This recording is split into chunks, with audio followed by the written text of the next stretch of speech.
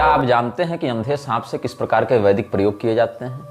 शायद आप नहीं जानते होंगे, लेकिन इस देश में एक व्यक्ति हुआ जिसके अनुयायी उसको महर्षि बताते हैं, और उस व्यक्ति ने बताया कि अंधे सांप से कैसे वैज्ञानिक रीति से वैदिक प्रयोग किए जाते हैं। चूंकि आर्य समाज स्वयं की छवि एक अंधविश्वास विरोधी संस्था के रूप में स्थापित करना चाहता है और आर्य समाज स्वयं को एक प्रबुद्ध वैज्ञानिक वेदोक्त मत पर चलने वाला संस्थान बताना चाहता है, किंतु इस संस्थान की स्थापना, इस संस्थान के प्रसारण, इस संस्थान के विचारधाराओं की आप समीक्षा करेंगे तो इसके षड्यंत्रों को आप अच्छे से समझ पाएंगे। हम पिछले 3 अनुभागों में इस विषय पर पर्याप्त चर्चा कर चुके हैं, इस अनुभाग में भी कर रहे हैं, आगे के अनुभागों में भी करेंगे। मुझे प्राप्त सूचना के अनुसार आर्य समाज के लोग मुझे मारना पीटना चाहते हैं, जैसा कि उनकी प्रवृत्ति पहले से रही है, नाम में आर्य लगाकर गुंडागर्दी करना, और साथ साथ मुझ पर एफआईआर करना चाहते हैं, मुकदमा करना चाहते हैं। उन्हें लगता है कि मैं कोई यूट्यूबर हूं जो कि व्यू के लिए वीडियो बनाता हूं, और इसी प्रकार से वो हमें चुप करा देंगे, मेरी वाणी को अवरुद्ध कर देंगे, जैसे पहले अन्य यूट्यूब चैनल या फेसबुक पेज को उन्होंने संचालित करने वाले एडमिन्स के ऊपर एफआईआर करवाकर उनको जेल करवाई थी और उनसे माफीनामा लिखवाया था। तो ये जो मूर्खता इनकी है, मैं इनको एक सलाह दूंगा कि तुम मुझ पर अभी केस मुकदमा मत करो, थोड़ा प्रतीक्षा करो, थोड़ी धैर्यता का परिचय दो, थोड़ा धैर्य दिखाओ। तुम इस्कॉन पर तो वीडियो आ ही चुका है, योगदा सत्संग पर आ ही चुका है, आर्य समाज पर आ ही रहा है, इसके बाद हम ब्रह्मा कुमारी पर बात करेंगे, इसके बाद हम विवेकानंद पर बात करेंगे, तो आरएसएस पर भी बात करेंगे। तो इन सभी लोगों को तुम साथ मिलो और फिर एफआईआर करना, क्योंकि अकेले तो तुमसे कुछ होगा नहीं। इसीलिए थोड़े दिन और प्रतीक्षा कर लो, वो सब वीडियो भी आ जाए हमारे। उससे क्या होगा कि तुमको बार बार शिकायत नहीं करनी पड़ेगी। तो तुम लोग साथ में, जितने भी तुम लोग इस प्रकार के एनजीओ वाले हो जो स्वयं को धर्म के रूप में स्थापित करना चाहते हो, वो सब एक साथ मिलकर एफआईआर करना। खैर ठीक है। अब बात ऐसी है कि दयानंद जो है उसकी पूर्ववृत्ति हमें कहां से ज्ञात होती है, मतलब ये व्यक्ति कौन था, कहां से आया, इसका क्या प्रिकैप है, इसका क्या इतिहास है। तो जगन्नाथ दास ने, जो मुरादाबाद के निवासी थे, मुरादाबाद में जगन्नाथ दास नाम के मुंशी रहते थे, मुंशी जगन्नाथ दास ने इस दयानंद का पूरा कच्चा चिट्ठा लिखा था। उन्होंने समकालीन बातों का प्रमाण देते हुए बिल्कुल ऑथराइज्ड बात कही थी। तो जगन्नाथ दास ने ये बात लिखी थी दयानंद के विषय में लोगों को सतर्क करने के लिए। क्या लिखते हैं जगन्नाथ दास, इस विषय में हम बताते हैं। दयानंद की जो जीवनी है वो 1866 ईस्वी में और 1880 ईस्वी में थियोसोफिस्ट अंग्रेजी अखबार में छपवाई गई थी। किसने छपवाया था? दयानंद ने स्वयं छपवाया था। और जो छपवाया था उसमें मजे की बात क्या है कि कोई भी व्यक्ति अपनी जीवनी छपवाता है या कोई व्यक्ति किसी का वर्णन करता है तो कम से कम ये बताता है कि उसका जन्म कहाँ हुआ था, किस स्थान पर हुआ था, किस जाति वर्ण का व्यक्ति था, किस प्रकार का परिवार था उसका, उसके माता पिता कौन थे। लेकिन 1866 में जो छपा है दयानंद का जीवन चरित्र और 1880 में थियोसोफिस्ट इंग्लिश न्यूज में जो छपा था उसमें इसकी जाति का उल्लेख भी नहीं है, उसमें इसके स्थान का भी उल्लेख नहीं है, इसमें उसके माता पिता का भी उल्लेख नहीं है। तो दलपत राय जगरांव वाले ने इसका अनुवाद उर्दू में किया था और वहां दयानंद ने एक स्पष्टीकरण दिया था कि हमने अपने पिता का नाम, अपने जन्म स्थान का नाम जानबूझकर छिपाया है क्योंकि उसकी आवश्यकता नहीं, लोगों को जानकर कोई फायदा नहीं होगा, क्योंकि हमारे कर्तव्य, हमारे कर्म ही प्रधानता से सामने आने चाहिए। अस्तु, आगे जाते हैं। जो मुख्य मुख्य बातें उस पर ध्यान दीजिएगा। उसी जीवन चरित्र के 21वें पृष्ठ में दयानंद ने कहा था कि इसको भटकते भटकते एक ब्रह्मचारी मिला। ब्रह्मचारी ने कहा कि तुम हमारे दल में सम्मिलित हो जाओ, तो ये उसके दल में सम्मिलित हो गया। तो उसने क्या किया, इसको दीक्षा दी ब्रह्मचारी की दयानंद को। मूल शंकर जो इसका पूर्व नाम था ऐसा दावा किया जाता है, तो इसका नाम रख दिया गया शुद्ध चेतन। अब शुद्ध चेतन जो था वो ब्रह्मचारी के रूप में दीक्षित हो गया। फिर ये आगे बढ़ा तो ब्रह्मानंद इत्यादि इसको मिले, वहां पर ब्रह्मानंद ब्रह्मचारी ये सब मिले। आगे फिर बढ़ता गया तो इसको अद्वैत में रुचि हुई, तो लोगों ने इसको अद्वैत पढ़ाना शुरू किया, तो यह हम ब्रह्मास्मि वाले भाव में चला गया। और ये 27वें पृष्ठ में लिखा हुआ है, मतलब आप 21 से 27 के बीच में पढ़ेंगे दयानंद का जीवन चरित्र, तो वहां ये सब बातें आपको मिल जाएंगी। इसके बाद आप और थोड़े आगे जाए, पृष्ठ 32 से 34 के बीच में पढ़ेंगे तो इसको परमानंद सरस्वती नाम के एक व्यक्ति मिले, ऐसा दावा किया गया है, और इसको सन्यासियों के समान दीक्षा देकर, दंड देकर इसका नाम रखा दयानंद सरस्वती। तो ये व्यक्ति दयानंद सरस्वती हो गया। पहले नाम था शुद्ध चेतन, बाद में हो गया दयानंद सरस्वती। इस समय तक अद्वैत मत में इसकी निष्ठा थी। इसके आगे 36वें पृष्ठ में आप बढ़ेंगे तो फिर इसकी तीर्थ यात्रा का वर्णन है, फिर हरिद्वार के कुंभ मेले का वर्णन है, जहां पर संवत 1911 का 1911 का वर्णन है। संवत, ईस्वी सन नहीं, संवत में वो आप घटा लेंगे अपने हिसाब से। 1911 का वर्णन है। यद्यपि 1911 नहीं 1912 होना चाहिए, लेकिन चलो 1 साल का वो आंकड़ा ऊपर नीचे हो गया, ठीक है। आगे देखेंगे ऋषिकेश से आगे बढ़ते हुए तो 53वें पृष्ठ पर आप जा रहे हैं, तो वहां बद्री नारायण इत्यादि की यात्रा का वर्णन है। मतलब इस व्यक्ति ने उस समय तक तीर्थादि के महत्व को स्वीकार किया था, हरिद्वार में कुंभ नहाने को भी स्वीकार किया था, उस समय तक बद्रीनाथ इत्यादि के दर्शन को भी ये मानता था। इसके बाद इसकी खोपड़ी घूमने लगी। आगे आप बढ़ेंगे 56-57 पृष्ठ की ओर, तो इसको एक नदी में लाश बहती हुई मिली। इस लाश को निकाल कर ये चाकू से काट रहा था। अब यह किस प्रकार का सन्यासी था जो बहती हुई लाश को निकालकर चाकू से काट रहा था? ये काम तो चांडालों के लिए भी विहित नहीं है उस प्रकार से।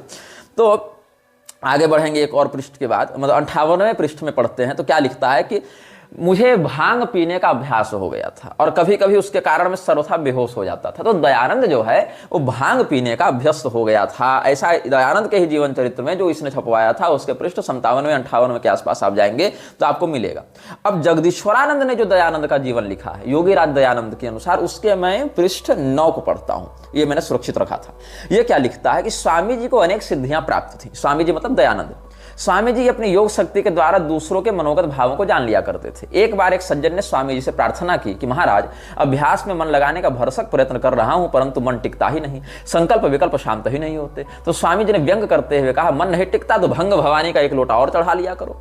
यह सुनकर, उत्तर सुनकर उससे बड़ा आश्चर्य हुआ, क्योंकि स्वामी जी को उसके भंग पीने की बात पता नहीं थी। अब देखो क्या हुआ कि दयानंद ने उसको कहा कि तुमको अगर मन नहीं लगता तो भांग पी लिया करो, मन लग जाएगा। अब ये व्यक्ति जो आया था दयानंद के पास, उस व्यक्ति ने पहले से भांग का सेवन करना प्रारंभ कर दिया था, लेकिन उसको क्या लगा कि हम जो भांग पीते हैं वो स्वामी जी को कैसे पता चला, मतलब स्वामी जी अंतर्यामी हो गए। जबकि सत्य क्या है, स्वामी जी ये जो हैं अंतर्यामी नहीं थे। स्वामी जी के जीवन चरित्र में जो पृष्ठ 58 है, चांडालगढ़ का वर्णन जहां पर है, वहां पर ये कहता है कि मैं भंगेड़ी हो गया था और भांग पीने के कारण मुझे नशा हो जाता था, मैं बेहोश हो जाता था। पहले से भंगेड़ी था, तो एक भंगेड़ी तो दूसरे को भांग पीने की सलाह देगा ही। कोई भी ड्रग कार्टल चलता है तो पैदाशी तो थोड़े चिलम गांजा भांग लेकर आता है, वो तो संगति से सीखता है ना। इसके बाद फिर ये मथुरा में जाकर विरजानंद के साथ रहा। विरजानंद को इसने लिखा है कि ये श्रीमद परमहंस परिव्राजकाचार्य परम विद्वान श्री विरजानंद स्वामी जी का मैं शिष्य हूँ। जबकि इस प्रकार के नेत्रहीन व्यक्ति को सदंड संन्यास का अधिकार ही नहीं है, संन्यासोपनिषद में निषेध है। अब कुछ लोग यहाँ अष्टावक्र जी का नाम लेकर आते हैं, तो अष्टावक्र जी माता के गर्भ से ही जन्मजात ब्रह्मवेत्ता योगी थे, देहाभिमान से सर्वथा विनिर्मुक्त थे जन्मजात ही। अपने पिता के वेद पाठ की भी उन्होंने त्रुटि निकालकर गर्भ से ही टोक दिया था। तो अष्टावक्र जी इस प्रकार की मानव कोटि में नहीं आते, ऋषि कोटि में आते हैं। अब उसी कोटि में स्वयं को घुसाने के लिए दयानंद ने ऋषि तुल्य स्वयं को प्रचारित करना प्रारंभ किया। उसके चेलों ने भी उसको महर्षि के समान प्रचारित करना आरंभ किया। उसके बाद आगे बढ़ते जाएंगे तो ये भिक्षाटन करते हुए बीतने लगा और उस समय तक अद्वैतवादी था। फिर ये द्वैतवादियों की संगति में आया और अद्वैत के खंडन में सत्यार्थ प्रकाश में भी इस बात का वर्णन किया है। शंकराचार्य जी के मत के खंडन में इसने लिखना प्रारंभ किया। तो सोचो ये कितने रूप को बदला, कितने जगह ये भटकता हुआ रहा और कभी द्वैती बन जाए, कभी अद्वैती बन जाए, कभी भंगेड़ी बन जाए, कभी ब्रह्मचारी बन जाए, कभी सन्यासी बन जाए, कभी सन्यासी बनेगा। तो अच्छा, इसने जब सन्यास लिया था ना, तो जब परमानंद ने इसको दंड दिया, दंड संन्यास, तो इसकी संन्यास दीक्षा हुई थी शंकराचार्य जी की ही परंपरा के अंतर्गत। इसीलिए पूरी के शंकराचार्य जी या उनके जो परिकर हैं ऋषिकेश ब्रह्मचारी, वो कई बार इस बात को कहते हैं कि दयानंद सरस्वती मूलतः शंकराचार्य जी की परंपरा से ही थे सन्यासी। लेकिन जब इसने शंकराचार्य का खंडन किया, तब उसने अपना नाम नहीं बदला कि मैं दयानंद अब नहीं हूं, क्योंकि भाई आप संप्रदाय बदल रहे हैं, आप संप्रदाय का खंडन कर रहे हैं, तो आप उपाधि योगपट सब न बदलेंगे। लेकिन नहीं, इसने शंकराचार्य जी का खंडन भी किया, लेकिन परंपरा वाला नाम वही रखा, दयानंद सरस्वती, वेश वही रखा, भवकाल वही टाइट जमाए रखा। तो ये बात है इसके साथ। अब इसके बाद भी अच्छा, विरजानंद स्वयं दंडी सन्यासी शंकराचार्य के मत से थे, तो विरजानंद स्वयं अद्वैती हुए। तो अद्वैती गुरु बनाकर अद्वैत से दीक्षा लेकर, अद्वैत से दंड लेकर, नाम योगपट लेकर फिर अद्वैत का ही खंडन करने लगा ये। लेकिन खंडन करने के बाद भी, उसको निकृष्ट दिखाने के बाद भी स्वयं उसके नाम उपाधि का प्रयोग करना छोड़ा नहीं इसने। अच्छा, सत्यार्थ प्रकाश का जो प्रथम संस्करण है उसमें बहुत कुछ बातें हैं, जैसे कि उसमें शाम और प्रातः काल मांस से होम करना लिखा है। मेरे पास वो प्रति है, सत्यार्थ प्रकाश की जो पहली प्रति छपी थी, first edition of Satyarth Prakash, वो भी मेरे पास है। इसीलिए मैंने वो सब क्रॉस वेरीफाई करके, सब पढ़ पढ़ के ही वहां संग्रहित करके रखा है। और जो अन्य लोगों ने भी लिखा है उसको मैंने क्रॉस वेरीफाई किया कि आखिर प्रथम संस्करण में ये सब बातें हैं कि नहीं, तो वो मिली मुझे। हाँ, कहीं कहीं ऐसा है कि 1-2 पृष्ठ की गणना में ऊपर नीचे हो गया, जैसे 40 की जगह 41वां पृष्ठ है या 39वां पृष्ठ है, लेकिन बात वो लिखी हुई है। तो फिर सायं प्रातः मांस से होम करो। फिर आगे लिखता है एक जगह कि गाय तो पशु है, तो पशु की पूजा करना क्या उचित है? और उसकी पूजा यही है कि बस घास जल इत्यादि से उसकी रक्षा करो, और अगर गाय दूध दे रही है तभी उसकी रक्षा करनी चाहिए। ये दयानंद ने सत्यार्थ प्रकाश के फर्स्ट एडिशन में लिखा है, इसको मैं प्रूफ के साथ बता सकता हूं। आप सत्यार्थ प्रकाश के फर्स्ट एडिशन को अगर पढ़ेंगे तो ये लिखा मिलेगा, मैंने क्रॉस वेरीफाई किया है अपनी इन्हीं आंखों से। तो उसमें क्या लिखा है दयानंद ने कि जैसे गधी है पशु वैसे गाय है पशु, तो गाय को पूजने की क्या आवश्यकता है। उसके बाद क्या कहता है कि अगर पूजने की ही बात है तो घास दे दो, जल दे दो, हो गया पूज लिया। लेकिन वो भी कब? जब गाय दूध इत्यादि दे रही हो तभी उसके ऐसे पूजन का प्रयोजन है, अन्यथा नहीं। और फिर आगे देखिए तो मांस के पिंड देने में भी कोई पाप नहीं, ऐसा लिखता है। फिर यज्ञ के वास्ते जो पशुओं की हिंसा है सो विधि पूर्वक हनन है। ये बात तो खैर सत्य है, लेकिन इसने स्वीकार किया है। इन सब बातों को आगे के एडिशंस में हटा दिया गया। दयानंद सरस्वती के फर्स्ट एडिशन से ये सब बातें आगे के एडिशंस में हटा दी गई, और मरने के बाद तो ईसाइयत और इस्लाम के खिलाफ वाले, विरुद्ध वाले 2 समोल्लास और जोड़े गए हैं। अच्छा, आगे फिर देखेंगे कि यदि कोई व्यक्ति मांस न खावे तो जानवर, पक्षी, मत्स्य इतने हैं कि उनसे सहस्र सतगुणे हो जावे, तो मनुष्यों को मारने लगे और खेतों में धान्य न हो पावे, फिर सब मनुष्यों की आजीविका नष्ट होने से सब मनुष्य नष्ट हो जावे। तो इसके अनुसार प्रकृति में संतुलन बनाए रखने के लिए मांसाहार भी उचित है, नहीं तो फिर उनकी जनसंख्या बढ़ जाएगी ना। ये इसका दावा है। अब इसके बाद क्या लिखता है कि जहां गोमेध इत्यादि का प्रकरण है वहां पशुओं में नर पशु को मारना लिखा है, मादा को नहीं। और एक बैल से हजारों गैया गर्भवती होती, इससे हानि भी नहीं। लेकिन जो गाय बांझ हो उसको गोमेध में मार देना चाहिए, क्योंकि बंधिया से तो न दूध मिलेगा न वत्स बछड़े इत्यादि होंगे। तो एक जगह ये गाय को गधी के बराबर बताकर पूजा का निषेध करता है, दूसरी ओर कहता है कि गाय की अगर पूजा ही करनी है तो उसको दूध प्राप्त करने की स्थिति में, मतलब दूध अगर दे रही है तो घास जल इत्यादि दो, और अगर बांझ है तो गोमेध में काट भी सकते हो, ऐसा दयानंद ने लिखा है। और ये सब बहुत कुछ बातें हैं। और अच्छा, श्राद्ध वाला प्रकरण एक अलग है।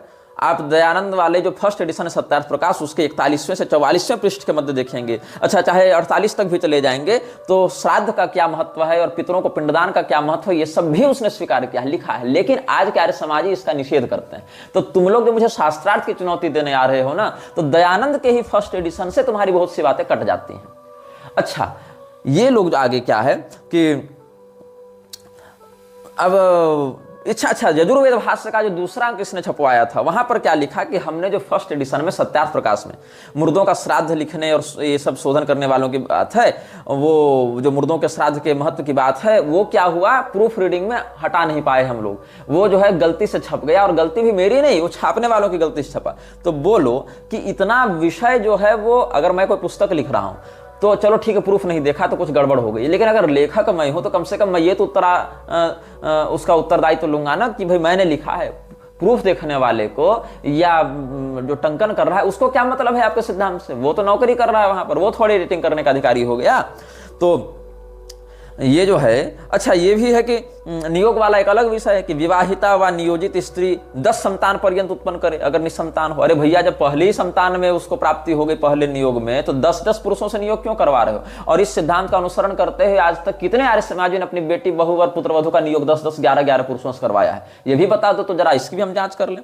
अच्छा, बहुत कुछ ऐसी बातें हैं, नियोग वाले विषय पर तो कभी भविष्य में चर्चा करेंगे। लेकिन अच्छा, ये क्या कहना है इसका एक और दयानंद ने कि गर्भवती स्त्री से 1 वर्ष समागम न करने के समय में पुरुष या स्त्री से न रहा जाए तो किसी से नियोग करके उसके लिए पुत्रोत्पत्ति कर दे। ये भी एक अलग विषय है। तो पता नहीं कि गर्भवती से नियोग करके दूसरा गर्भधारण कैसे हो जाता है, ये विज्ञान कहां से उत्पन्न हो रहा है दयानंद के मन में? जो पहले से गर्भवती है उसमें फिर से पर पुरुष से नियोग करवा के उसको डबल गर्भवती कैसे करवा रहा है? ये कितना, मतलब क्या इसमें सिस्टम लगा हुआ है?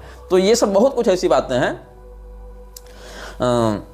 जो, अच्छा, स्त्रियों के बाल के मुंडन में भी कहा है कि उष्ण देश हो तो सब बाल शिखा सहित छेदन कर देना चाहिए, क्योंकि सिर में बाल रखने से उष्णता अधिक होती है, इससे बुद्धि कम हो जाती है। तो स्त्रियों के सिर में बाल जो है अधिक होते हैं तो उनकी बुद्धि इस प्रकार से कम होनी चाहिए यहाँ पर। अच्छा, मांसाहार वाले विषय में भी देख लो कि जो सभी लोग अहिंसक हो जाएंगे अगर, तो व्याघ्र इत्यादि पशु बढ़ जाएंगे जो गाय इत्यादि को मारेंगे। तो अगर जो व्यक्ति पुरुष हिंसक हो या व्याघ्र सिंह इत्यादि हिंसक पशु हो तो राज पुरुषों का काम है कि ये सब सत्यार्थ प्रकाश में ही आगे और बहुत जगह मिलेगा कि उनको दंड दे और प्राण से वियुक्त कर दे। अच्छा, बाघ मार दिए, शेर मार दिए और मनुष्य को ही मृत्यु दंड दे दिए, तब उसके शरीर का क्या करना है? तो कहा कि चाहे फेंक दें, चाहे कुत्ते आदि मांसाहारियों को खिला दें अथवा जला दें, अथवा कोई मांसाहारी खावे तो भी संसार की कुछ हानि नहीं, किंतु उस मनुष्य का स्वभाव मांसाहारी होकर हिंसक हो सकता है, तो मनुष्य को भी खिला दे तो कोई दिक्कत नहीं। हालांकि मनुष्य खाएगा तो उसका स्वभाव हिंसक हो सकता है। तो कौन सा ऐसा मनुष्य है जो राजा के द्वारा मृत्यु दंड प्राप्त हुए अपराधी का मांस खाता है? कैनिबलिज्म कर रहे हो क्या तुम लोग? अच्छा, ये जो हाँ आगे जो संस्कार विधि इसने लिखी थी उसके पृष्ठ 11 में, उसका फर्स्ट एडिशन देखोगे तो कहता है कि जो चाहे कि मेरा पुत्र पंडित हो, सद विवेकी हो, शत्रुओं को जीतने वाला हो, स्वयं अपराजित हो और हर्ष और निर्भयता से युक्त हो, शिक्षित हो, बढ़िया वाणी बोलने वाला हो, वेद वेदांग विद्या का पढ़ाने वाला हो और सर्वायु पूर्णायु भोगने वाला हो, तो मांस युक्त भात को खा के पका के फिर पूर्वोक्त घृत युक्त खावे तो वैसे पुत्रों का होना संभव है। तो ये बताया जाए कि बकरी के मांस का भोजन, अन्नादि की इच्छा करने वाला और विद्या के कामने वाला तीतर के मांस का भोजन इत्यादि करके फिर गर्भाधान इत्यादि करे, तो ये कितने आर्य समाजी जो कथित आर्य बने चल रहे हैं, फुल पैंट शर्टधारी, ये लोग कितने मांसाहार इत्यादि कर करके और अपने बच्चों को उत्पन्न कर रहे हैं। तो इसका अर्थ ये तो दयानंद को ही फॉलो नहीं कर रहे हैं। ये तो दयानंद को फॉलो करते, दयानंद की बात मानते तो ऐसा कर सकते थे। तो आगे फिर देखिए, जो हानिकारक पशु हो उनको मारे, इस प्रकार से कहता है। तो जंगल में जो रहने वाले नीलगाय आदि प्रजा की हानि करे तो उनको मारने योग्य, ये सब भी कह रहा है।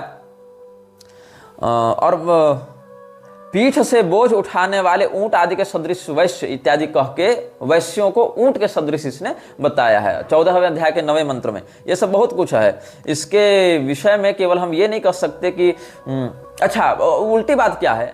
उसके बाद एक जगह कहता है कि गोमेध में बांझ गाय को काट दो, और दूसरी ओर फिर आगे पृष्ठ 280 के आगे देखेंगे सत्यार्थ प्रकाश में, तो क्या कहता है कि घोड़े गाय आदि पशु मार के होम करना कहीं नहीं लिखा है, केवल वाममार्गियों के ग्रंथों में ऐसा लिखा है। तो कौन से वाममार्गी श्रौत विधि से गोमेध कर रहे थे भैया? वो तो वेदोक्त विषय है ना। वाम मार्ग में गोमेध तो होता नहीं है, वाम मार्ग में गोमेध की कोई प्रणाली भी वर्णन नहीं है उसकी इस प्रकार से। तो इसी प्रकार से मतलब बहुत कुछ ऐसा विकार है जो कि आपको दयानंद की पुस्तकों में स्पष्ट प्राप्त हो जाएगा। अच्छा, इतना ही नहीं, आर्य समाजी लोग क्या कहते हैं भाई, जगदीश्वरानंद ने जो योगीराज दयानंद की पुस्तक लिखी है उसके 9वें पृष्ठ से मैं बता रहा था, जहां भांग पीने वाली बात थी ना, इस पुस्तक में और बहुत कुछ है। मतलब इसने दयानंद को कहा कि दयानंद तो गोरखनाथ के सदृश लगते हैं, शंकराचार्य के सदृश लगते हैं, तो अमुक ऋषि के, अमुक देवता के सदृश लगते हैं, बहुत चापलूसी की है। तो ये आर्य समाजी ऐसे ही महिमा मंडन करते रहे दयानंद का, और दयानंद क्या करता रहा? लोगों की जाति धर्म कुल धर्म का नाश करता रहा। अब यहां पर ये क्या कह रहा है, उसी पेज में पृष्ठ 9 में देखें कि जब महाराज प्रयाग पधारे तो भगवान दास नाम का एक व्यक्ति को महाराज की योग क्रिया देखने की बड़ी प्रबल इच्छा थी। एक दिन उसने छिप कर देखा कि महाराज भूमि से 6 इंच ऊपर शून्य में स्थित थे। मतलब दयानंद उड़ भी रहा था। हनुमान जी को ये लोग उड़ने में असमर्थ मानते हैं। आर्य समाजी लोग कहते हैं कि हनुमान जी जो हैं उनके पूंछ के पास, मतलब जहां उनकी पूंछ की बात कही जाती है वो पूंछ नहीं थी, अपितु उनके पूंछ के स्थान पर एक विशेष यंत्र लगा हुआ था जिससे वो उड़ते थे। वो कपड़ा था एक प्रकार का, उससे उड़ते थे। अच्छा, फिर आर्य समाजियों का एक दूसरा पक्ष भी मुझे पढ़ने को मिला जहां वो कहते हैं कि नहीं, वो उड़कर तो गए ही नहीं थे, वो तैर कर गए थे। तो आर्य समाजी क्या शास्त्रार्थ करेंगे? हम तो दो आर्य समाजियों को बैठा दें आपस में, तो एक आर्य समाजी कहेगा कि हनुमान जी तो उड़ कर गए थे, लेकिन उनके उड़ने वाले यंत्र को ही लोग पूंछ समझ लेते हैं। दूसरा कहता है कि नहीं, उड़े नहीं थे, वो तैर कर गए थे, जैसे स्टीमर ट्र करके नाव नदी में चल जाती है वैसे वो तैर गए थे, लेकिन उड़ नहीं सकते थे। और अगर उड़ सकते थे तो यंत्र से उड़ते थे, योग बल से नहीं उड़ सकते थे। लेकिन आर्य समाजियों के अनुसार जो जगदीश्वरानंद ने योगीराज दयानंद पुस्तक लिखी है उसके 9वें पृष्ठ में कहते हैं कि दयानंद भूमि से 6 इंच ऊपर उड़ रहा था। ये सोचो किस प्रकार की बात है कि इसका महर्षि कलयुग में पैदा होकर भंगेड़ी होकर उड़ने लगा, लेकिन हनुमान जी नहीं उड़ सकते हैं। वो अगर उड़ रहे हैं तो ये अंधविश्वास है या प्रक्षिप्त है या मिलावट है, लेकिन दयानंद उड़ रहा था और ये भगवान दास ने देखा। अच्छा, मजे की बात क्या है कि भगवान दास ने इस बात का उल्लेख कहां किया, इसका कोई संदर्भ नहीं, लेकिन ये जगदीश्वरानंद जो आर्य समाज है उसने दयानंद की जीवनी में ये छाप रखा है। तो अब समझ लो क्या इनकी वैज्ञानिकता है और क्या इनका ये। अब कुछ हम भाष्यों पर आते हैं। भाष्यों की अगर बात करें, यजुर्वेद वाले ही विषय पर हम अभी ध्यान देंगे। इसमें एक है जो यजुर्वेद के 30वें अध्याय का 21वां मंत्र लग रहा है। अग्नये पीवानम पृथिव्यै पीठ सर्पण वायवे चांडाल मंत्रक्षाय वगुं शनर्तुन दिवे खलतिगुं सूर्याय हरियक्षं, ये सब जो मंत्र हैं इसमें क्या इसने भाष्य किया है कि अग्नये पावकाय पीवानम स्थूलम पृथिव्यै पीठ सर्पिणम पीठेन सर्पितुम शीलम यस्य तम वायवे वायुस्पर्शाय चांडालम अंतरिक्षाय सूर्य पृथिव्योर्मध्यस्थाय आकाशाय वंशवर्तनम वंशे नर्तितुम शीलम यस्य तम दिवे क्रीडाय प्रवृत्तम खलितिम निर्बाल सरस्कम सूर्याय हरियक्षम हरिणाम वानराणाम अक्षिणी इवाक्षिणी यस्य तम नक्षत्रेभ्यः छत्राणाम विरोधाय प्रवृत्तेभ्यः किर्मिरम कर्पूरवर्णम चंद्रमसे किलासम ईषच्छ्वेतवर्णम अहने शुक्लम शुद्धम पिंगाक्षम पिंगे पीतवर्णक्षिणी यस्य तम रात्र्यै कृष्णम कृष्णवर्णम पिंगाक्षम पीताक्षम। इस प्रकार से इसने पदार्थ किया और उसका आप सरल, आपको हम हिंदी अगर पढ़कर बता दें, ये इनकी आधिकारिक प्रकाशित बात से बता रहा हूं। तो ये क्या कहता है कि हे परमेश्वर, आप अग्नि के लिए मोटे पदार्थ को, पृथ्वी के लिए बिना पगों के चलने वाले सांप आदि को, आकाश और पृथ्वी के बीच में खेलने को, बांस से नाचने वाले नट आदि को, सूर्य के ताप प्रकाश मिलाने के लिए बांदर की सी छोटी आंखों वाले शीत प्राय देशी मनुष्यों को, चंद्रमा के तुल्य आनंद देने के लिए थोड़े श्वेत वर्ण वाले को और दिन के लिए शुक्ल पीली आंखों वाले को उत्पन्न कीजिए। मतलब पिंगाक्ष मतलब पीली आंखों वाले व्यक्ति को उत्पन्न कीजिए, ठीक है। और उसी मंत्र के अंत में क्या कहता है कि काले रंग वाले और पीले नेत्रों से युक्त पुरुष को दूर कीजिए। तो परमेश्वर उत्पन्न करेगा कि दूर करेगा, इसको स्वयं समझ में नहीं आ रहा है। और दयानंद तो हर प्रकार के सर्वजाति संभाव और कृणवंतो विश्वमार्यम की बात कर रहा था। तो यहाँ पीले आंख वाले पुरुष को दूर जब क्यों जाने कह रहा है। गंजे व्यक्ति को खलतिम का क्या इसने अर्थ किया है? खलतिम का अर्थ किया है इसने निर्बाल सिरस्कम, जिसके माथा में बाल नहीं हो।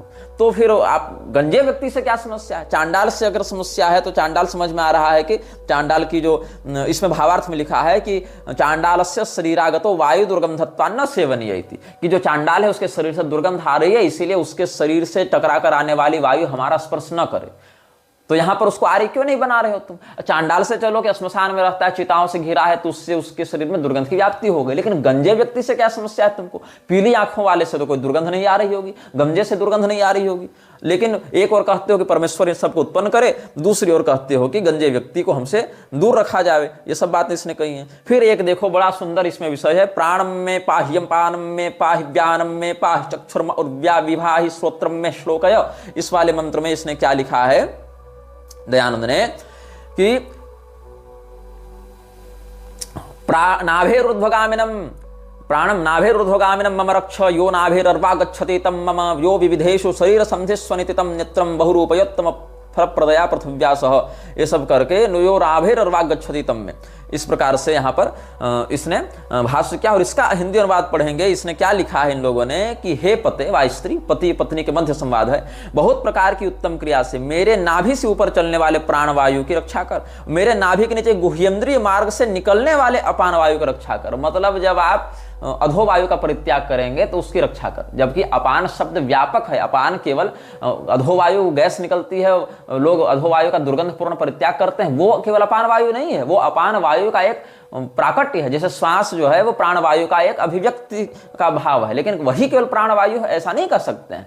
श्वास लेना प्राणवायु की संचार क्रिया का एक प्रमाण है, वैसे अधोवायु या प्रसव होना ये अपान वायु की क्रिया का एक प्रकार है, एक अभिव्यक्ति है उसकी। जैसे डकार लेना, छींकना, नेत्रों का ऊपर नीचे जाना, ये सब भी नाग, कूर्म, कृकल, देवदत्त, धनंजय, ये सब वायु का एक अभिव्यक्ति का प्रारूप है। अपाने जो होते प्राणे पानम तथा परे प्राणापान गतिरुद्धा प्राणायाम परायण, यहाँ अधोवायु का परिचय दिया गया है क्या कि गैस निकल रही है, पेट खराब है तुम्हारा, कब्जी कहीं के, तो तुम अपान वायु। तो यहां पर क्या कह रहा है कि हमारी गुह्येंद्रिय से जो अपान वायु निकल रही है, हे पत्नी हे पति तो उसकी रक्षा कर। तो आर्य समाजी लोग क्या करते हैं, इनके पति पत्नी क्या गुदा द्वार की और ऐसे करके बोतल लेकर खड़ा रहते हैं, वैक्यूम लगा कि कब इसका अधोवायु निकले और कब हम उसकी रक्षा करें। और रक्षा करके करना क्या है, तुमको नीलाम करना है क्या ईबे में जाकर? ये किस प्रकार का वेदभाष्य इन लोगों ने कर रखा है। और इनको शास्त्रार्थ करना है, क्या शास्त्रार्थ करें इन लोगों से? शास्त्रार्थ ये लोग आपस में खुद नहीं कर सकते। और हम तो कहें कि सत्यार्थ प्रकाश के आज के एडिशन को और सत्यार्थ प्रकाश के फर्स्ट एडिशन को रख दो, तभी शास्त्रार्थ इन लोग नहीं कर सकते। तो आगे अब देखो ये किस प्रकार की रक्षा ये लोग कर रहे हैं।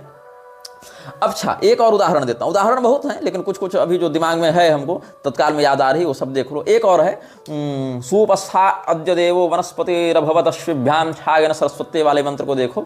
ये 21वें अध्याय का 60वां मंत्र जो दयानंद ने लिखा है। इसका भाष्य क्या कहता है, ये और है, ये सुष्ठुपतिष्ठम ते दिव्य गुण बटादि भवेत प्राणापानाभ्याम दुःखछेदकेन वाचे भुंजीरन मेदश स्निग्धान पचतानि पक्तव्यानि, ये सब वाले मंत्र में आप देखेंगे तो क्या कहता है। इसका हिंदी अनुवाद भी पढ़कर मैं सुना देता हूं कि प्राण और अपान के लिए दुख विनाश करने वाली छेरी मतलब बकरे इत्यादि पशु से, वाणी के लिए मेढ़ा से, मेढ़ा मतलब भेड़, मेष जिसको इंग्लिश में रैम कहते हैं, मतलब भेड़ का पति या नर, परम ऐश्वर्य के लिए बैल से भोग करे। अब बैल से भोग कैसे करेगा? आर्य समाजी लोग बैल से कैसे संभोग कर रहे हैं? अब भोग का तात्पर्य क्या मानोगे? बैल से कैसे भोग करोगे? अब तो मेढ़ा से कैसे भोग करोगे? बकरे से कैसे भोग करोगे? तो कितने आर्य समाजी हैं जिन्होंने बैल से भोग करके परम ऐश्वर्य की प्राप्ति की है और भेड़ से भोग करके वाणी का विकास किया है। अवश्य ही ये लोग भेड़ से भोग करते होंगे तभी इनकी वाणी विकसित होती होगी।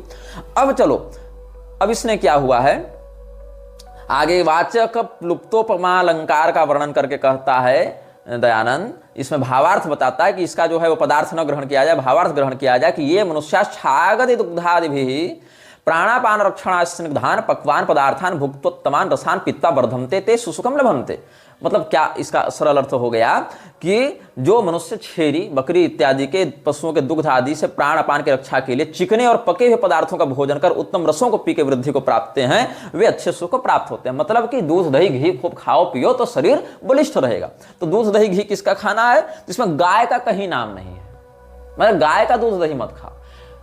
और गाय के अभाव में जो भैंस का वर्णन मिलता है उसका भी नहीं यहाँ उल्लेख है। यहाँ सीधे सीधे बकरी का उल्लेख कर रहे हैं, बकरी का दूध पियो खाओ पियो तो स्निग्ध रहोगे। हालांकि प्रत्येक प्राणी के दुग्ध में कुछ विशेष औषधीय गुण होते हैं जो कि आयुर्वेदीय शास्त्रों में संहिताओं में वर्णित भी हैं, इससे हमारा विरोध नहीं है। लेकिन समस्या क्या है कि जो मूल श्लोक है, जो मंत्र है यहाँ पर, वहां पर छागेन, मेषेण, ऋषभेण, ये है सब पुल्लिंगवाचक शब्द हैं। गो जो है जाति सामान्यार्थ प्रयुक्त होता है गाय बैल दोनों के लिए। तो अगर गो शब्द आता तो हम समझ लेते कि गो शब्द जाति सामान्य है, इसीलिए वहां से हम गाय का अर्थ ग्रहण करेंगे और गाय से चूंकि दूध इत्यादि की प्राप्ति होती है तो इस प्रकार से अर्थ ले सकते हैं। लेकिन यहाँ गो शब्द भी नहीं है, यहाँ ऋषभ शब्द है, बैल शब्द स्पष्ट है। और बैल या ऋषभ शब्द गो सामान्यार्थ में नहीं आता, जाति सामान्यार्थ में नहीं आता।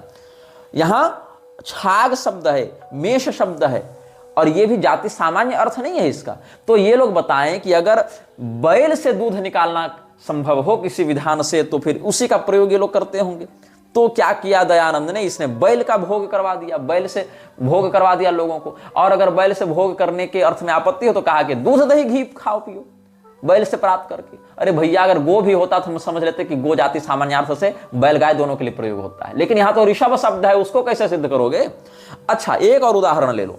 ये जो वैदिक चिल्लाते रहते हैं उसी पर आ रहे हैं ना। शाद दद्भिरवकाम दंत मूलर मृदम वर्षवस्ते गाम वाली जो श्रुति है यजुर्वेद के 25वें अध्याय के प्रथम मंत्र के रूप में इसका प्रयोग किया गया है। उसका आप संस्कृत भाष्य देखें क्या कह रहा है ये।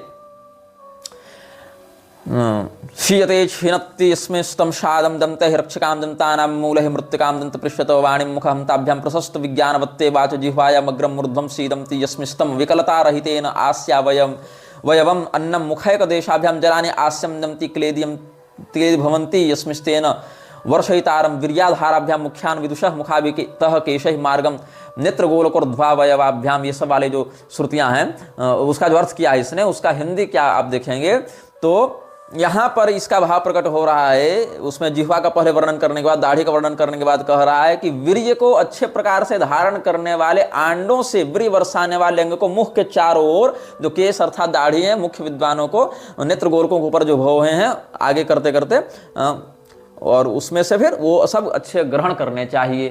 तो ये जो कहीं का ईंट कहीं का रोड़ा भानुमति ने कुनबा जोड़ा, तो यहाँ अचानक से शुक्ल कृष्ण भी आ गए और यहाँ पर अंडकोश भी आ गया, दाढ़ी मूछ भी आ गया और घूमने भी लग गए चेहरे के चारों ओर। तो ये कौन सी विधा है, ये कौन सा विज्ञान है दयानंद का जो इसने वर्णित किया है। अब हम आते हैं अंधे सांप के वैज्ञानिक प्रयोग पर।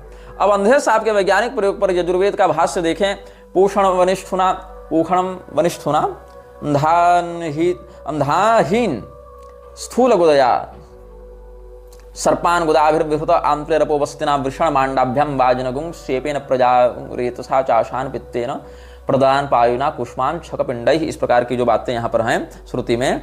तो यूयम वनिष्ठना पोषणम स्थूल गुदया सह वर्तमान नंधाहीन गुदाभि सहितान, ये वाला जो है उसका हिंदी अर्थ ही आपको पढ़कर एक बार सुना देता हूँ। इसमें क्या कहता है कि हे मनुष्यों, तुम मांगने से पुष्टि करने वाले को स्थूल गुदेंद्रिय के साथ, वर्तमान अंधे सांपों को गुदेंद्रियों के साथ, वर्तमान विशेष कुटिल सर्पों को आंतों से, जलों को नाभि के नीचे के भाग से, अंडकोश को आंडों से, घोड़ा को लिंग और घोड़ा के लिंग और वीर्य से, संतान को पित्त से, भोजनों को, पेट के अंगों को, गुदेंद्रिय से और शक्तियों से, शिखावटों को निरंतर लेओ।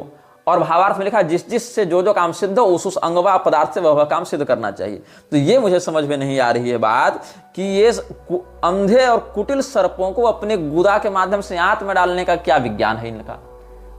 भाई ये मतलब किस प्रकार की वैदिकता ये लोग प्रसारित कर रहे हैं और उससे कौन सा लाभ प्राप्त हो रहा है? इतना करने के बाद क्या प्राप्त हो रहा है तुमको?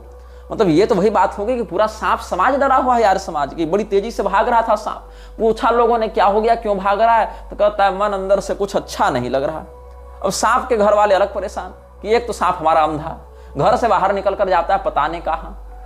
तो कहेगा उसके जो बिल वाले हैं, सर्प कुटुंब वाले, वो सब कहेंगे कि आए रे अंधरा, तुम यही सब करने बिल से बाहर जाता है, आज से तरह बाहर निकलना मत, कहीं फंस उस गया तो जान जहंडल हो जाएगा तुम्हारा। सांप तक का यौन शोषण करवा दे रहे हैं। अब बैल लोग भी डरे हुए हैं कहीं इस अंधे सांप को अपने गुदाम में डालकर और बैल का दूध निकाल के फिर हमको पुष्ट न कर दे। ये महर्षि कृणवंतो विश्वमार्यम कहने लगेगा फिर। अब सांप भी सोचता होगा कि इससे अच्छा तो हम रूरू के हाथ की लाठी खा के मर गए होते, जन्मे जय के सर्प शस्त्र की अग्नि में भस्म हो गए होते, लेकिन ऐसा क्या गुनाह किया आज लूट गए, अब घुस गए, वो घुस गए। तो ये हाल है इनके वेद भाष्य का। और इस प्रकार के खंडन हमारे पूर्वाचार्य कई बार कर चुके हैं। ये नहीं कि हमको नई बात बता रहे हैं, हम जो बात बता रहे हैं वो बात हमारे पूर्वाचार्य कई शास्त्रार्थों में बताकर इनको हराकर लज्जित करके भेज चुके हैं। लेकिन लज्जित होने की भी एक कला होती है भैया, कि तुम्हें शर्म हो, लाज हो, तब तुम लज्जित हो सकते हो, लेकिन तुम तो लज्जित भी नहीं हो सकते।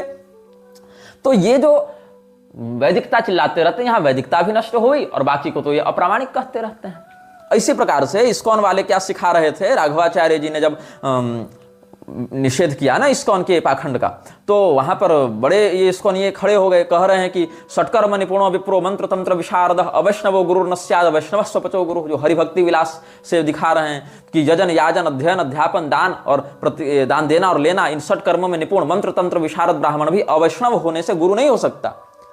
लेकिन चंडाल कुल में जन्म ग्रहण करने पर भी यदि कोई विष्णु भक्ति परायण हो तो वो गुरु होने योग्य है। ऐसा तो भैया तुम तो जन्म से जाति मानते ही नहीं हो, तुम तो कर्म से जाति मानते हो ना। तो चंडाल कुल में जन्म लेने की बात तुम कैसे स्वीकार कर सकते हो? जब जाति कर्म से तय कर रहे हो, वर्ण कर्म से तय कर रहे हो, तो कुल तो सबका समान होता होगा। फिर उसमें जो जन्म ले उसका जो कर्म हो उसके आधार पर उसकी जाति तय होती होगी। तो जब वो वैष्णव हो गया तो चांडाल उसकी संज्ञा कैसे बच गई? मतलब चांडाल का जो स्रोत है चांडालत तो उसमें व्याप्त कैसे हो रहा है? क्योंकि अभी तक तो उसने चांडाल का कर्म किया नहीं, वो चांडाल बचा कैसे फिर? वो मतलब चांडाल अगर फिर भी वो बच जा रहा है, स्वपच उसको कहना पड़ रहा है वैष्णव होने के बाद भी, मतलब वो जाति से ही चांडाल होगा ना, जो उसकी जाति नहीं बदल पा रही है। तो इस प्रकार के श्लोक विप्र क्षत्रिय वैश्यास्य गुरुव शूद्र जन्मनाम शूद्राश्च गुरुवस्तेषां त्रयाणां भगवत प्रिया, ये सब जो कह रहे हैं श्लोक दे देकर, ये लोग हरिभक्ति विलास इत्यादि से वचन दे रहे हैं। हरिभक्ति विलास का ये वचन क्यों नहीं दिखता कि ऊपर के वर्ण वाले को नीचे के वर्ण वाले से दीक्षा नहीं लेनी चाहिए? वर्णोत्तम तमेथ च गुरो सतिया विश्रुते पिच स्वदेशो थतवान्यत्र नेदम कार्यम शुभार्थिना विद्यमाने तु यः कुर्यात् यत्र तत्र विपर्ययम् तस्य हामुत्रनाशो स्यात् तस्मात् शास्त्रोक्तमाचरेत् छत्र विट शूद्र जातीयः प्रातिलोम्यं न दीक्षयेत्। ये सब शास्त्र तांत्रिकेषु च मंत्रेषु दीक्षायां योषितामपि साध्वीनाम अधिकारोस्ति शूद्रादीनां च सद्यां वैदिकेषु न तांत्रिकेषु मंत्रेषु दीक्षायां अधिकारोस्ति। ये सब बातें हरिभक्ति विलास से कौन बताएगा? अच्छा, विष्णु भक्ति समायुक्तान श्रोत स्मार्त प्रवर्तकान प्रीतो भवति यो दृष्ट्वा वैष्णवो सो प्रकृतितः। भगवान विष्णु की भक्ति से युक्त लोगों को देखकर, श्रोत और स्मार्त मत वालों को देखकर जो प्रसन्न होता है वो वैष्णव बताया गया। ये हरिभक्ति विलास का ही तो वचन है कि हम अपने से छाप कर बोल रहे हैं। लेकिन श्रोत स्मार्त में जो निष्णात हैं, ऐसे शंकर परंपरा वालों को और स्मार्त ब्राह्मणों को पानी पी कर गाली किसने दी थी? यही विमला प्रसाद दत्त और केदार दत्त ने दी थी ना। और जब शिव जी की तुम लोग निंदा करने आते हो, मुझे तुम लोग वैष्णवापराधी कह रहे हो, अरे हम वैष्णवापराधी हो ही नहीं सकते, हम अवैष्णवों का ही द्रोह कर रहे हैं और अवैष्णव हो तुम। भगवान महादेव जिनको शास्त्रों ने परम वैष्णव की संज्ञा दी है, उनकी निंदा करने से तुमको वैष्णव अपराध नहीं लगता? तुम ही इकलौते वैष्णव पैदा हुए हो यहाँ पर। और हमारे धर्मशास्त्रों में तो शाक्तों की भी वैष्णव संज्ञा है। आसाम में साधकास्ते तो सभायाम वैष्णवा मता, महाविद्याओं के साधकों की भी, काली भक्त की, तारा भक्त की, त्रिपुर सुंदरी भक्त की भी सभा में वैष्णव संज्ञा होती है। और हम तो उनका भगवान विष्णु का निषेध भी नहीं कर रहे हैं। भगवान विष्णु को डेमी गॉड लिखो तुम, भगवान विष्णु के परम वैष्णव महादेव जी की निंदा करो तुम, और हम तुम्हारा विरोध करें तो हम वैष्णव अपराध कर रहे हैं। तुम विष्णुद्रोही हो, तुम वैष्णवद्रोही हो, हम थोड़े हो गए। और रही बात इनके कि जो ये लोग कहते हैं कि जन्मना जायते शूद्र, जन्मना जायते शूद्र, तो भैया जब वर्ण 4 हैं और ब्राह्मण क्षत्रिय वैश्य शूद्र हैं, तो इसमें ब्राह्मण क्षत्रिय वैश्य ही कर्म से कैसे बन जा रहे हैं? शूद्र भी तो कर्म से ही होना चाहिए था ना। तो जन्मना जायते शूद्र कैसे हो गया?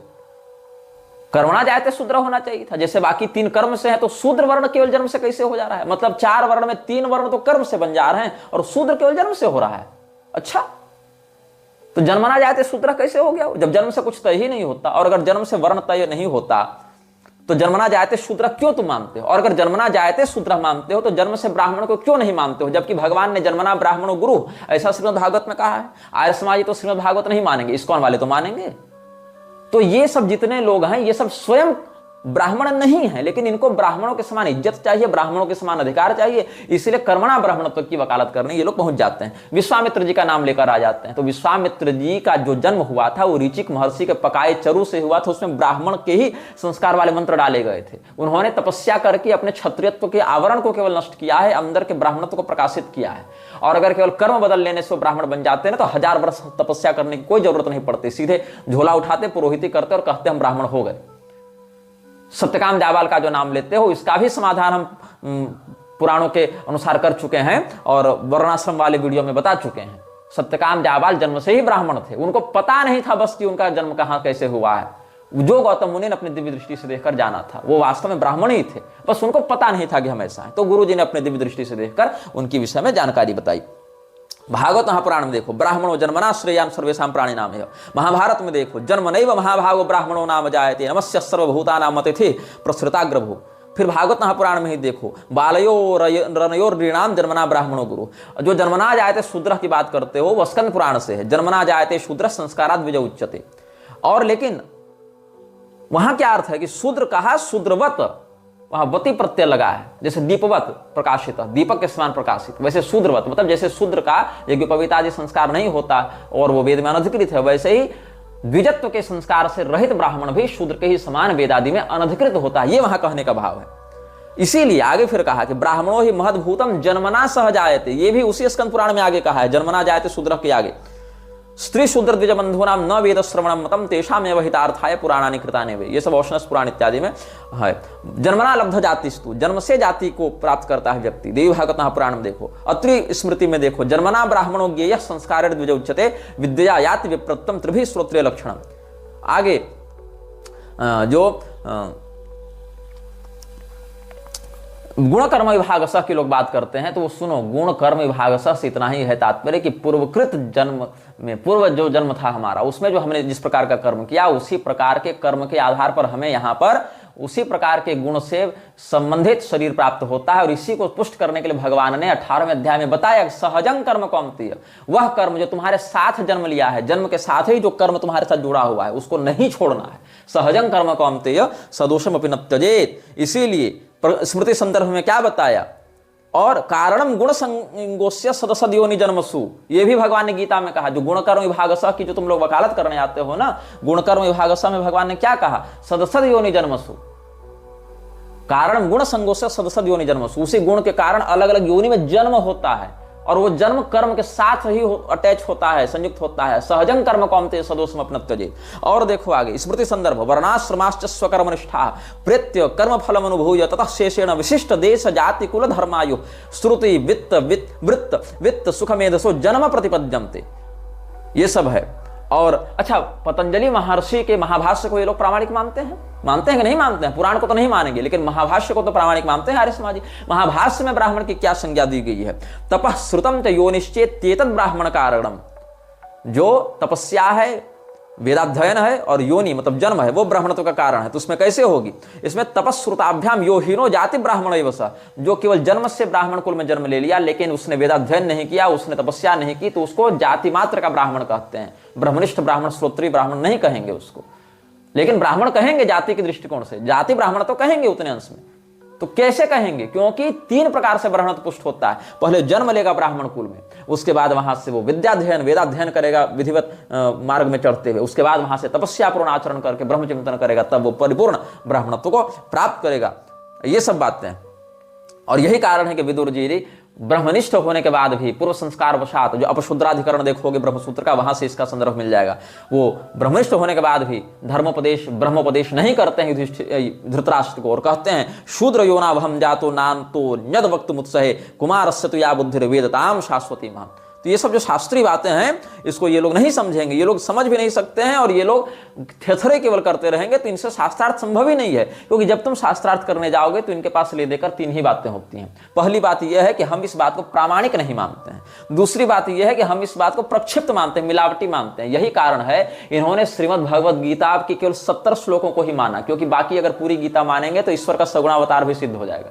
इसीलिए इनको शास्त्र की बातों को अप्रामाणिक मानना स्वीकार है, लेकिन अपने दयानंद की बात का खंडन इनको स्वीकार नहीं होता है। तब ये लोग गुंडागर्दी में उतर जाते हैं। अब ये जो दयानंद के विषय में हम तुमको बता रहे थे, यही सब फॉर्मेट सभी लोगों का होता है। फॉर्मेट क्या कहता है इन लोगों का कि सबसे पहले ये लोग तुमको अपने कुल परंपरा से सीधे तोड़ देंगे। चाहे तुम कहीं चल जाओ, गायत्री परिवार चल जाओ, आर्य समाज चल जाओ, राधा स्वामी चल जाओ, निरंकारी मिशन चल जाओ, अनुकूल चंद्र ठाकुर चल जाओ, ब्रह्मा कुमारी चल जाओ, ओशो चले जाओ, आचार्य प्रशांत अभी भंगेड़ी गंजेड़ी चल रहा है उसके पास चले जाओ, और मतलब इस प्रकार के जितने भी ये कार्टर चला रहे हैं, गायत्री परिवार है, सब में चले जाओ। ये लोग अपने कुल परंपरा से तुमको पहले तोड़ेंगे। तुम्हारे कुल देवता की पूजा रोक देंगे, तुम्हारे घर परिवार इत्यादि में जो रीति रिवाज है उनको रोक देंगे, अंधविश्वास के नाम से सब खत्म। तो अपनी जड़ से तुम सीधे कट गए। इसके बाद ये लोग सीधे सीधे निषेध कर देंगे, इस्कॉन वाले भी ऐसा ही करना है, सीधे सीधे निषेध कर देंगे कि हमारे द्वारा जो बातें छापी गई हैं, हमारी जो कथाएं हैं, उसी को तुम पढ़ो, उसी के सत्संग में जाओ, उसी को सुनो। फिर तुम्हारी बुद्धि अपने कंट्रोल में ले लेंगे। बाहर के सारे स्रोत समाप्त, कुल परंपरा टूट गई, ज्ञान का स्रोत समाप्त हो गया। अब तुम वही सुनोगे, वही देखोगे, वही पढ़ोगे जो ये पढ़ाना चाहेंगे, दिखाना चाहेंगे। इसके इधर उधर अगर तुम कहीं जाना चाहोगे तो तुमको नरक जाने में तुमको बता देंगे कि तुम नरकगामी हो गए हो। स्वामीनारायण वाले भी यही करने में लगे हुए हैं। उसके बाद धीरे धीरे अगर किसी देवता में तुम्हारी निष्ठा है, तब उस देवता से तुम्हारी निष्ठा हटाकर अगर मूर्ति पूजा का समर्थन करते हैं इस्कॉन के समान, तो देवता की निष्ठा के, एक देवता की निष्ठा के नाम पर सारे देवताओं से विरोध करवा देंगे, शिव जी से, दुर्गा जी से, और गणेश जी से, सूर्यदेव से, सबसे। और उसके बाद देवता को रिप्लेस करके अपने गुरु को बैठा देंगे। तब क्या हो जाएगा? प्रभुपाद लीलामृत छपेगी, और कहेंगे ये लोग कि देखो ऐसा है कि भागवत और गीता से अधिक महत्वपूर्ण तो प्रभुपाद वचनामृत है, वेद से लीलामृत है, वेद से अधिक महत्व तो सत्यार्थ प्रकाश का है। यही हो जाता है। फिर पहले कुलधर्म से नष्ट कराएंगे, फिर तुमको एक देवता के प्रति निष्ठा बनवाएंगे, या मूर्ति पूजा इत्यादि नहीं करवाना होगा इन लोगों को, तो किसी एक ग्रंथ के प्रति, वेद ही सब कुछ है। उसके बाद वहां से हटाकर अपने गुरु को सर्वोच्च बता देंगे, और तुम्हारी बुद्धि को उसके चरणों में गुलाम बनाकर बैठा देंगे। यही पूरा का पूरा फॉर्मेट इन लोगों का काम करता है। और 1-2 पीढ़ी के बाद तो तुम्हारा पूरा जड़ समाप्त, तुम्हारी पूरी व्यवस्था समाप्त, और उसके बाद सीधे सीधे तुम या तो नास्तिकता की ओर बढ़ोगे, या 1-2 पीढ़ी के बाद इस्लाम ईसाइयत की ओर बढ़ोगे, या कुछ नहीं बढ़ोगे तो व्यभिचारी, नशेड़ी इत्यादि तो बन ही जाओगे। ये सारी बातें हैं। और लोगों को क्या लगता है, ये सब हिंदू धर्म का प्रचार कर रहे हैं। हिंदू धर्म का कोई प्रचार नहीं है, विशुद्ध कॉर्पोरेशन चल रहा है इन लोगों का। इसके अलावा यहां पर कोई तथ्यात्मक बात इन लोगों में प्राप्त नहीं होती है। सत्यार्थ प्रकाश के दूसरे संस्करण की भूमिका में दयानंद ने यह सब कहा, लिखवाया है कि सत्यार्थ प्रकाश में मृतकों का, वेद भाष्य के दूसरे अंक में जो विज्ञापन दिया गया था उसके अंतर्गत, कि सत्यार्थ प्रकाश में मृतकों का श्राद्ध और पशुयज्ञ लिखने और शोधने वालों की गलती छप गया है। इसे अब यह दूसरा सत्यार्थ प्रकाश तैयार किया जा रहा है। इसमें जो कुछ कहा गया है वह बहुत कुछ सोच समझकर वेदानुसार ही कहा गया है। तो बताओ कि दयानंदन पहले लिख रहा था सही कि बाद में लिख रहा था सही? अगर पहले सही लिख रहा था तो बाद में खंडन क्यों किया? और अगर बाद में सही लिख रहा था तो इसका अर्थ है कि दयानंद की बुद्धि इस प्रकार से परिवर्तित होती रहती थी। जैसे कि 50 गुरु संप्रदाय बदले थे, वैसे 50 मत वो बदलता रहता था। इतना ही है उसका तात्पर्य। और ये जितने लोग कर्मणा वर्ण व्यवस्था बना रहे, उसमें एक भी व्यक्ति शूद्र नहीं बना रहा। यहाँ आर्य समाज ने आज इतने कर्मणा शूद्र बनाए नहीं, आर्य समाज ने इतने कर्मणा क्षत्रिय बनाकर प्रजा की रक्षा करवाई नहीं, आर्य समाज ने या इस्कॉन ने इतने कर्मणा वैश्य बनाए नहीं। सबको बनाना है कर्मणा ब्राह्मण ही इन लोगों के लिए। लेकिन ये बताओ कि जिस समय ब्राह्मणों का नरसंहार किया जा रहा था उस समय कितने कर्मणा ब्राह्मण खड़े हुए थे जी कि हम कर्मणा ब्राह्मण हैं? कैसे कहोगे? जब कहा जा रहा था कि ब्राह्मणों का खून विदेशी है, ये लोग भाग जाएं इस देश को छोड़कर, ब्राह्मणों वापस जाओ, ऐसे जब नारे लगाए जा रहे थे तो कितने कर्मणा ब्राह्मण खड़े होकर सामने आए थे? नहीं आते हैं। तभी लोग मरने कटने के लिए यही सब जो जन्मना ब्राह्मण है वही सब आगे आते हैं। जब शोषण का आरोप लगता है और हम लोगों को लज्जित करने के लिए झूठे आरोप लगाए जाते हैं, इतिहास को विकृत करके प्रस्तुत किया जाता है, तब कितने कर्मणा ब्राह्मण सामने खड़े होते हैं? तब कोई खड़ा नहीं होता है। तब अगर ब्राह्मण ने सारी गलतियां की हैं तब वो हो जाएगा क्या कि जन्मना ब्राह्मण ही कर रहा है, तब ब्राह्मण तो जन्मना हो जाएगा। और जहां पर इन लोगों को ब्राह्मणों का गौरव चाहिए, ब्राह्मणों का सम्मान चाहिए, ब्राह्मणों के समान प्रतिष्ठा और अधिकार चाहिए, वहां कहेंगे ब्राह्मण तो कोई भी हो सकता है जो ब्राह्मण का कर्म करे, लेकिन लाठी खाने के लिए कोई सामने नहीं आएगा, अधर्म का विरोध करने के लिए कोई कर्मणा ब्राह्मण सामने नहीं आएगा। इतना ही नहीं, जब ये लोग भारतीय संस्कृति और ज्ञान विज्ञान की बात करते हैं तो ये नहीं कहते कि जन्मना ब्राह्मणों ने ही ये सारे ग्रंथ लिखे और ये सारे ज्ञान विज्ञान को ऊपर बढ़ाया, नहीं, तब कहेंगे भारतीय संस्कृति का ये गौरव है। लेकिन जहां शोषण अत्याचार का बहाना करना होगा वहां ब्राह्मणों को गाली देते फिरेंगे ये लोग। तो ये इन लोगों का कपट है, ये इन लोगों का छल है। एक भी व्यक्ति कर्मणा क्षत्रिय नहीं बना रहा, कर्मणा वैश्य नहीं बना रहा, कर्मणा शूद्र नहीं बना रहा, केवल कर्मणा ब्राह्मण बनाएंगे लोग। और उसमें भी क्या होगा कि कर्मणा ब्राह्मण कभी भी उन लोगों के विरुद्ध बोलने नहीं आएंगे जो लोग ब्राह्मणों के विरुद्ध बोलते हैं या ब्राह्मणवाद को गाली देते हैं। इतना ही नहीं, एक भी ऐसा बता दो आर्य समाज या इस्कॉन वाला जो कर्मणा ब्राह्मण बन गया हो और दावा किया हो कि अब हम चूंकि कर्मणा ब्राह्मण है इसलिए सरकार जो है वो हमें दी जाने वाली जो अन्य जो आरक्षण इत्यादि की सुविधाएं या और वो उसको निरस्त करे, नहीं मिलेंगी।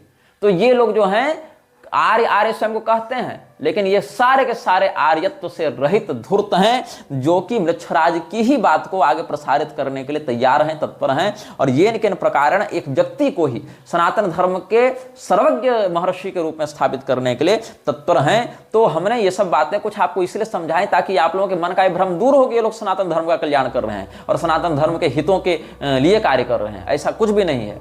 आगे के अनुभागों में हम आपको इन सभी विषयों में बताएंगे कि कैसे थियोसॉफिकल सोसाइटी और आर्य समाज का संबंध था, कैसे फ्रीमेसन्स और आर्य समाज का संबंध था। और अगर आपको नहीं पता है तो आपको बताएंगे कि आर्य समाज का एक बड़ा हिस्सा आर्यन मेसोनरी के नाम से भी जाना जाता था, जो फ्रीमेसोनरी की ही एक शाखा के रूप में कार्य करता था। यह वीडियो जल्द ही हटा दिया जा सकता है। कृपया थर्ड पार्टी ऐप्स का उपयोग करके डाउनलोड करें। आप इस वीडियो को अपने चैनल पर फिर से अपलोड भी कर सकते हैं।